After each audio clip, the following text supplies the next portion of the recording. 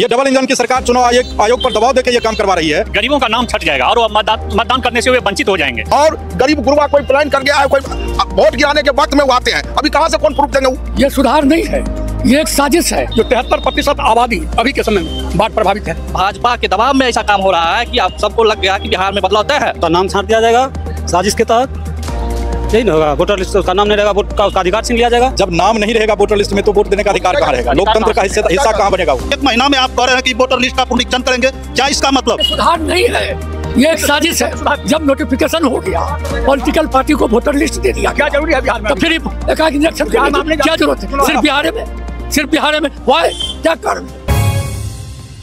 निर्वाचन आयोग, चुनाव आयोग के द्वारा जो है अब वोटर लिस्ट में जो सुधार किया जा रहा है उसको लेकर के विपक्ष के द्वारा तमाम तरह की जो है आरोप लगाए जा रहे हैं। आइए चलते हैं, उनसे मिलते हैं। हमारे साथ सहरसा में कोर्ट परिसर, सिविल कोर्ट परिसर के पास में जो यहाँ महागठबंधन के नेता हैं सहरसा के, उनसे मिलते हैं और जानते हैं क्या कुछ उनका कहना है। आज उनसे कुछ लोग हैं हमारे साथ में, महागठबंधन के नेता हैं, सहरसा लेवल के अच्छे नेता हैं।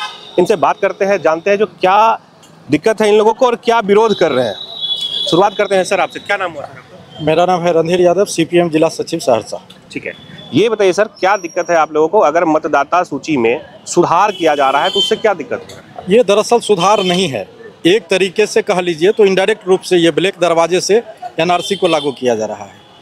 इसलिए मैं कह रहा हूँ ये चीज़ कि NRC को लागू किया जा रहा है कि बिहार विधानसभा का चुनाव सर पे है, वोटर लिस्ट का पब्लिकेशन पहले हो चुका है, एकाएक फिर से गहन पुनरीक्षण का कार्यक्रम किया जा रहा है।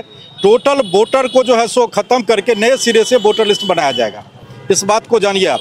और उसमें विधानसभा चुनाव भी बहुत नजदीक है, उतना टाइम है, उतना टाइम के अंदर यही बात सोचनीय है कि 1 जुलाई से 25 जुलाई तक टर्म ऑफ कंडीशन रखा है चुनाव आयोग ने।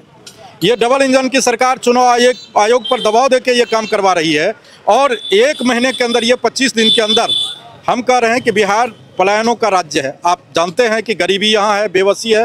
कोसी के इलाके में सबसे ज़्यादा यहाँ बाहर लोग रहते हैं, वहाँ से लोग आके अपना प्रूफ नहीं दे सकते हैं, उसका नाम छटना तय है। वो मतदाता जो है सो वोटर नहीं रह सकते हैं। हम आपके पास फिर आते हैं। सर ये बताइए, क्या नुकसान होगा जो गवर्नमेंट अभी मतदाता सूची में सुधार कर रही है, तो आपके हिसाब से क्या नुकसान होगा? गरीबों का नाम छट जाएगा और वो मतदान करने से वे वंचित हो जाएंगे। यह सरकार जो है बाहरी सरकार कहा जाए, जबकि पहले से ही मतदाता सूची बनकर के तैयार है। विधानसभा चुनाव आगे है और इस परिस्थिति में सरकार चाहती है कि पुनर्निरीक्षण हो मतदाता सूची का, और कम ही समय में यह संभव नहीं है। यह कोसी पीड़ित इलाका है, एक तरफ बाढ़ है, दूसरे तरफ मजदूरों का पलायन है जो बाहर मजदूरी करने के लिए गए हैं। ये बहुत बड़ी मुद्दा है जो सहरसा और आसपास का एरिया है, ये मजदूरों के पलायन के लिए जाना जाता है। बाढ़ की त्रासदी हर वर्ष यहाँ पर आती है, ये भी मुद्दा है सर, बाढ़ और मजदूरों का पलायन। मजदूरों का पलायन है और कोई खेत में काम कर रहा है, धान रोपनी का समय है, कोई बाढ़ में घिरा हुआ है और गरीब गुरबा कोई प्लान कर गया है, कोई वोट गिराने के वक्त में वो आते हैं, अभी कहां से कौन प्रूफ देंगे? कहां से देंगे? नहीं, उसमें क्या सब प्रूफ मांगा जा रहा है? आपको टेक्निकली कुछ पता है क्या? प्रूफ क्या सब मांगा जा रहा है? देखिए उसमें इस प्रकार का प्रूफ मांगा जा रहा है कि उसको उसमें ना आधार कार्ड है, उसके अलावा शैक्षणिक प्रमाण पत्र के नाम पर भी उसमें लिस्ट में कोई कुछ नहीं है।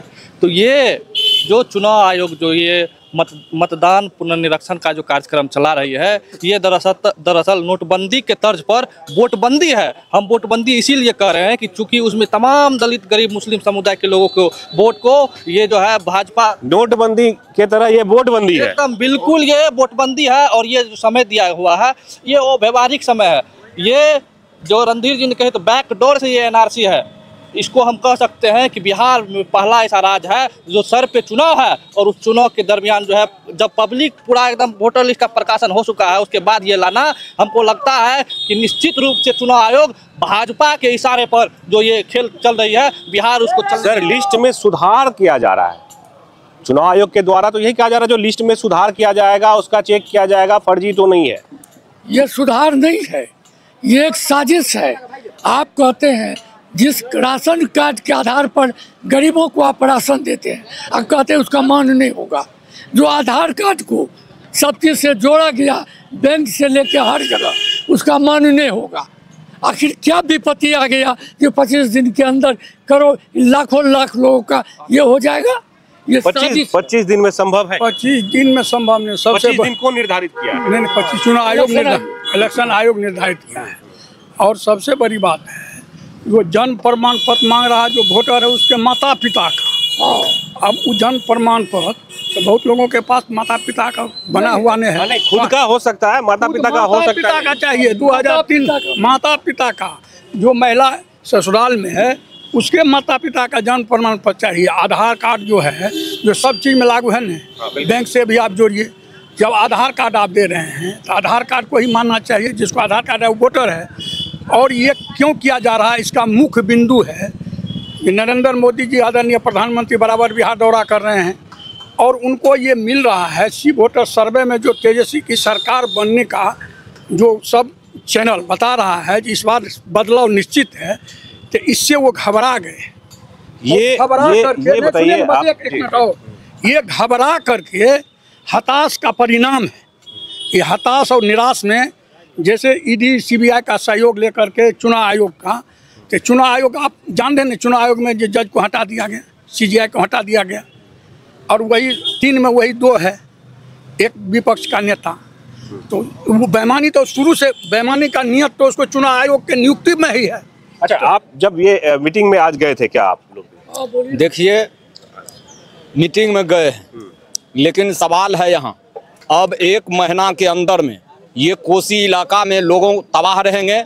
ये डीएम या सहरसा या नहीं तो सरकार से मैं मांग करते हैं कि आपको औकात है कि वैसे भी लोगों का ये बहुत ही अहम बात है जो सहरसा और कोसी इलाका जो है अब बाढ़ के दौर में चल रहा है। अब बाढ़ का समय आ गया, कभी भी यहाँ बाढ़ आ सकती है। 73% पूरे बिहार में पूरे बिहार में 70 हमारे आदरणीय नेता तेजस्वी जी ने प्रेस कॉन्फ्रेंस करके बताया जो 73% आबादी अभी के समय में बाढ़ प्रभावित है। कोसी इलाका ने कौन इलाका है बिहार में 73% आबादी। कुंदन जी ये बताइए जैसे बाढ़ का समय आ गया है ऐसे में लोग काफी परेशान रहते हैं। हम जब पिछले साल यहाँ पर जब रिपोर्टिंग कर रहे थे तो काफी लोगों को देखे जो वहाँ पर गए तो काफी दिक्कत होती है। ऐसे में इस तरह का सर्वे करना क्या पॉसिबल है? कभी भी बाढ़ आ सकती है?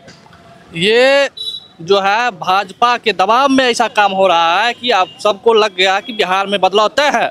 चुनाव आयोग जो है भाजपा के दबाव में काम कर रही है और ये जो पुनर्निरीक्षण का जो गहन रूप से जो कह रही है तो ये बैकडोर से एनआरसी है। इसको आप समझ लीजिए, इसको हल्के में नहीं लीजिए। निश्चित रूप से जो सरकार जो है बिहार में बदलाव की मूड को देख करके हताश निराश हो गई है। अगर डॉक्यूमेंट की बात करें तो काफी ऐसे लोग होते हैं जिनके पास प्रॉपर डॉक्यूमेंट अवेलेबल नहीं होता है।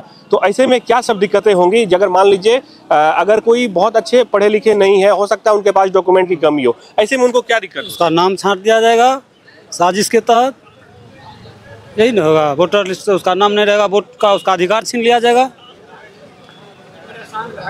यही सब। नहीं, यहाँ वोट का अधिकार तो नहीं छीना जा सकता है क्योंकि अगर यहाँ के नागरिक हैं और तो वोटर लिस्ट में वही स्थिति है।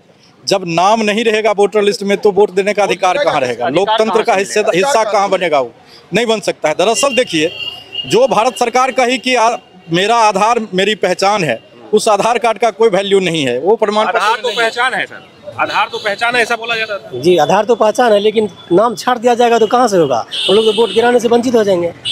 वोट भी तो अधिकार है सबका। देखिए वोट तो अधिकार जो है सबसे पहले ये भी तो है जो फर्जी ना हो, अगर कोई एक्स्ट्रा है उसको भी, जो छूट गया उसको भी शामिल किया जाएगा, ऐसा भी तो कहा जा रहा है ना।